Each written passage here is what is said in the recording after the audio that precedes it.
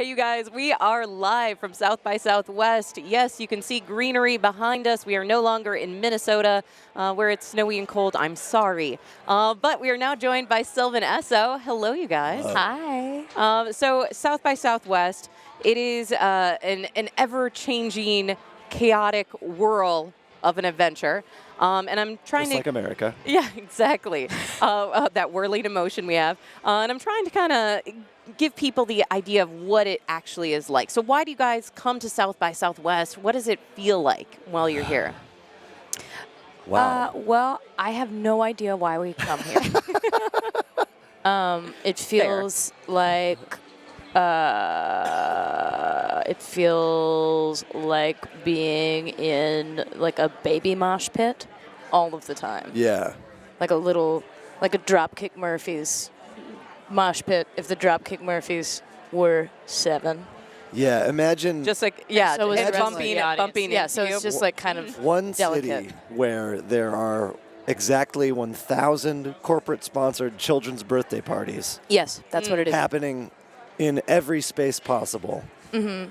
And the children are all drunk. Yeah, Yes. and That's if kinda how it and if yeah, and there's no money, there's only tote bags. Yes. Yes. I mean, Tote bags have I think replaced all of the currency. totes come from Austin, Texas. I Yeah, think that's where the tote truth. It's the originated. tote mecca. Yeah. That's where we get them at NPR. I know Yeah, that, yeah. Easy. Well, we're at South by Southwest and drove down here. We got Loopy in the car and came up with a couple of questions. So I'm going to have you guys Okay. pull out 3 of these pieces of paper, hand them to me. Okay. Okay. You go first. Okay. I know. feel like looking is Choose cheating. carefully. They're all folded. I know. Here, I choose this one. Okay. You're just feeling their energy. Yeah. Yeah.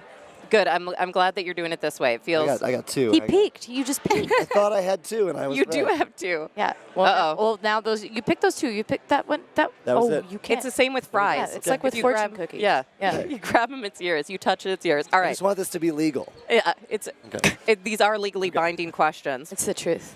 All right. Question number 1. Okay. Oh, what were you guys' first jobs? Oh Lord. I worked on one of my dad's farms, weeding soybean fields and controlling corn breeding. Wow. Yeah. Tell him about the bagging. Yeah. Oh yeah, my dad's an entomologist, so he's a bug nerd. Yeah. So I used to bag the tassels. I mean, any farm kid will know about this, but I used to bag the tassels of corn and bag the shoots, and then you'd slowly self-pollinate the plants. It was very sexy. It was Yeah. a lot. Pretty a lot hot. for my 13-year-old self to take in. That's the next song. Is going to be all about self-pollination. Bagging tassels. Bag and tassels. New record by Sylvan Esso. Ooh. Dude, bagging tassels. I'm just. I like that's it. A free That's a name. new euphemism we can all use. we'll give you points. Yeah, yeah. Thank yeah. you. Thank you The for current that. gets points on that. Oh, thank goodness. Yeah. and- My first job was I traded pizza I did laundry and made bread balls for a pizza place down the street from me, and they gave me pizza when I was 9. Whoa. Called Emma's Pizza. You worked for pizza. I worked Like for you were pizza. paid in- Yeah. Yeah, I was paid in pizza. And I it was mean- great. There's only so much entertainment you have in a house when you're an only child. Yeah. Luckily enough, the pizza place down the street was kind enough to be nice to me. I kind of love the idea of your parents being like, "Oh, it's time for dinner," and you're like, "Oh man, I had 3 pizzas today. I don't know how I'm going to be able to fake this. I don't want my parents to find out about the pizza situation. Got to hide my habit." Yep. It was real fun. Sounds amazing. So, what's your guys' favorite curse word? Well, aren't we on the air? Like, It's okay. It's Facebook. It's it's different. Facebook. Oh my God, this is Facebook Live. This is what this is. That's what's happening right Yeah. Is that what's happening right now? That's what's now? Oh my happening God. right now. It's right now. Dicks. God. I like that one too. I will Favorite curse appreciate word. that. Yes. Man, I mean, so many ways to go with this. Just feel go like- with your gut. I mean, my most used word is fuck, but I feel like I've removed, it's more of an adjective adverb at this point. I Yeah. don't feel like it doesn't have much weight. So True. that's really the thing is like, what swear words have weight anymore? But why does weight denote favoritism? Well, it's just an attribute that very few swear words have. I think. I think that cunt It's true. is Still the has only weight, one that yeah. still has weight, Yes. I believe, I'll feel that. which I like. Well, now we know. Knowing is half the battle. All right. So this is this one you might have to think about. What is the best risk you have ever taken?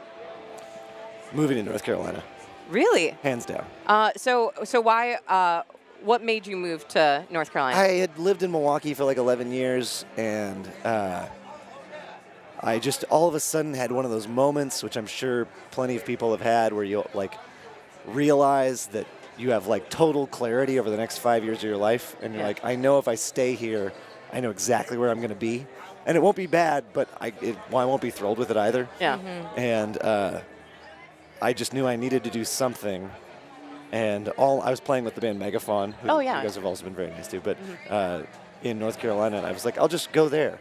Yeah. And I'll give it a year and see what happens. And it just, sometimes you just need to mix it up. Yeah. And it really changed my life for the better. Yeah. Yeah. Gotta take chances. I think that would probably be mine too, honestly. Really?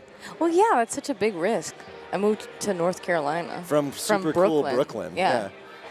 That's tougher. That's tough. On on a whim, of like, well, Nick's there and we just started the band, so I'll just go live there. Well, and at least we within finished the record. within 2 weeks of making the decision, I was in North Carolina with a house, with an apartment.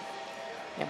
So in that first week, North Carolina, was there ever a moment where you were like, man, I don't know if I did the right thing here? Not for me. No, and also like, as touring musicians, you get pretty used to just being like, oh, I'm here now. Yeah. Yeah. Your so- whole life is kind of like the first week at the dorms. you Yeah, know? exactly. Yeah. Yes. Well, we are live from South by Southwest with Sylvan Esso. And one last question for you guys, because we're from Minnesota. As am I, yes. And so you understand the weight of Prince in Minnesota. And as we're coming up on sort of the year since he left the world, we're just asking people, what are your memories? Is there a story you have about Prince? Any reflections from the last year? Here's the problem with telling Prince stories to people from Minneapolis is that they've all already heard the good ones. Or they have an equal and or crazier one. Yeah, they're like, well, he showed up at my bat mitzvah, so how about that? Yeah, which would be fucking dope. What if Prince went to your bar mitzvah? It would be really cool. Or played it? Oh my God. Man, I mean, there's the Gangs one, which is like the greatest. Of all time. That's yeah. That's been told a million The times. Gangs one's really good. My pal, who was in Beck's band, opened for him with Beck. Yeah. And after their set, someone came up to them and was like, Prince will see you now. And they went into this, like, there was like a shotgun dressing room. And they went into it.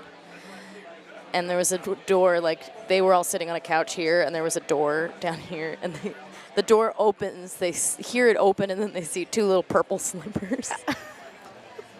Like, sticking out from the door, and then Prince makes his entrance.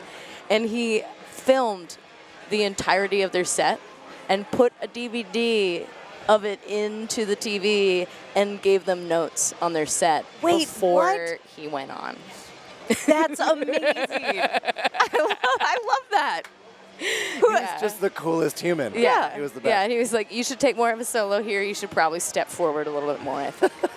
That's amazing. All like super constructive criticism. Yeah, no, exactly. But like, Oh, man. And see, getting constructive criticism from Prince, I feel like there's nothing bad about that. You can't even be mad because he is like the best. So you're like, oh, my God, yes. Yeah, Yeah, totally. I don't know why I never did that before. no, of course. Yeah, I mean, I wish, Prince. I know. So sad. Well, thank you guys so much. Sylvan Esso down at South by Southwest. Keep tuned in to Facebook for the more from the current, or you can go to thecurrent.org.